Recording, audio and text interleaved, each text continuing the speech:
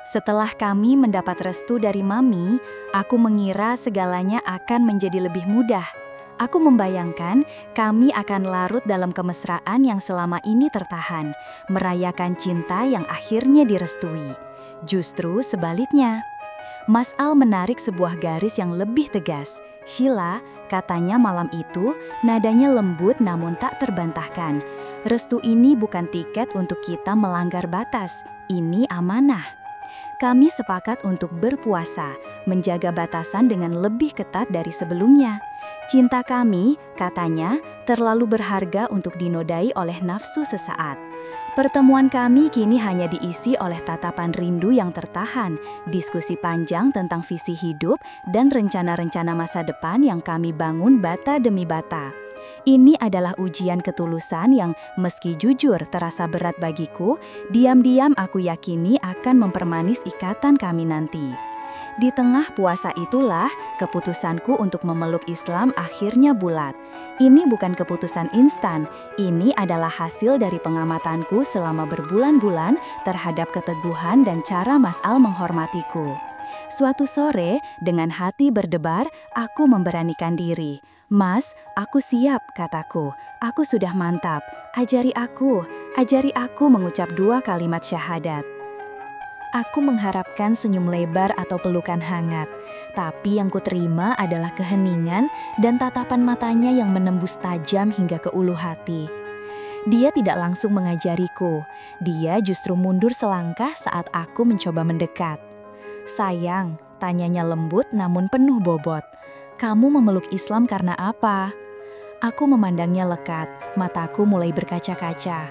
"Tentu saja karena aku ingin kita..." "Bukan," potongnya cepat namun tetap lembut. "Aku tidak mau kamu ada rasa menyesal setelah ini.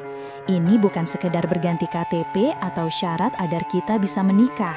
Ini adalah penghambaan seorang Sheila kepada Tuhannya, bukan karena manusia seperti aku." Kekuatan dalam suaranya membuatku terdiam. "Kamu renungkan kembali masalah ini ya," pintarnya. "Pastikan ini hidayah, bukan sekedar cinta." Malam itu aku hancur. Aku ingin memeluknya, mencari peneguhan, tapi dia seolah membangun dinding di antara kami. Aku kira restu Mami akan membuat kami semakin dekat, tapi Mas Al justru semakin menjauh. Ada rasa marah, kecewa, dan bingung yang berkecamuk. Aku merenung lama sekali malam itu. Aku putar ulang semua kejadian. Semua penolakannya, semua ketegasannya, semua caranya menjaga jarak meski aku tahu dia juga menginginkanku. Lalu, sebuah kesadaran menghantamku. Setelah selesai rapat direksi keesokan harinya, aku mengiriminya pesan. "Mas, kita makan malam di resto Pelataran Menteng bisa?" "Oke," jawabnya singkat. Di tengah suasana restoran yang asri, kami menikmati hidangan khas Indonesia. Suasana terasa sedikit kaku. Akhirnya, aku meletakkan sendokku. "Mas, aku sudah merenung," aku memulai, suaraku sedikit bergetar. Dia hanya menatapku, menunggu. "Jujur, awalnya tujuanku memang menikah denganmu. Aku pikir dengan aku masuk Islam, semua urusan akan selesai. Semalam aku marah saat Mas Ali seolah menolakku. Aku bingung." Aku mengambil nafas dalam. Lalu aku sadar, sikap Mas Al semalam itu sama seperti sikap Mas selama ini. Selama berbulan-bulan ini, aku yang sering memancing, menggodamu. Aku yang kadang ingin kita melewati batas. Aku kira Mas kaku atau tidak cukup mencintaiku. Matanya tak berkedip. Tapi Mas Al selalu menahan diri.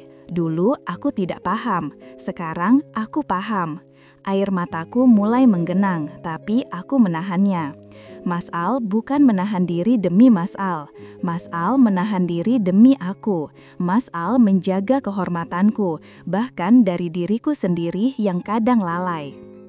Aku sadar, lanjutku, kekuatan untuk melakukan itu, kekuatan untuk menghormati perempuan sedemikian rupa di saat dia punya segala kesempatan, itu bukan cuma soal karakter. Itu datang dari keyakinan, Mas, dari caramu memeluk agamamu yang mengajarkan bahwa perempuan begitu berharga untuk dijaga, bukan dirusak. Suasana menjadi hening, suara gamelan yang samar kini terdengar jelas. Aku tidak salah, Mas. Aku memang ingin menikah denganmu, tapi aku salah soal alasannya. Aku bukan masuk Islam untuk Mas Al. Aku masuk Islam karena aku melihat kebenaran di dalamnya. Kebenaran tentang cara menghargai seorang wanita yang aku lihat langsung dari dirimu setiap hari. Aku menyelesaikan kalimatku dengan nafas yang terengah. Aku telah menelanjangi seluruh isi hatiku. Mata Mas Al menyapu wajahku, dan kali ini tatapannya tidak lagi tajam. Tatapan itu melembut, dipenuhi kelegaan dan kebanggaan. Dia tersenyum tipis, sangat tipis, namun begitu berarti. "Baiklah Sheila," bisiknya lembut, suaranya terdengar melegakan. "Aku akan mengajarkan agamaku kepadamu."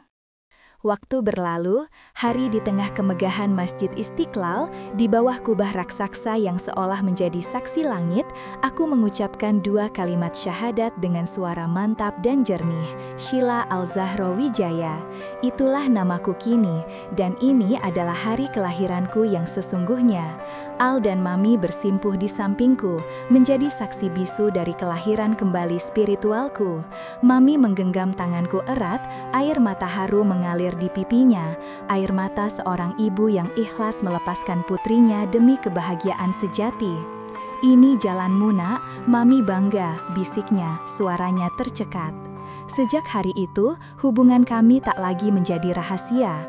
Kabar itu menyebar cepat di kantor, bukan sebagai gosip, tapi sebagai kisah inspiratif yang dihormati.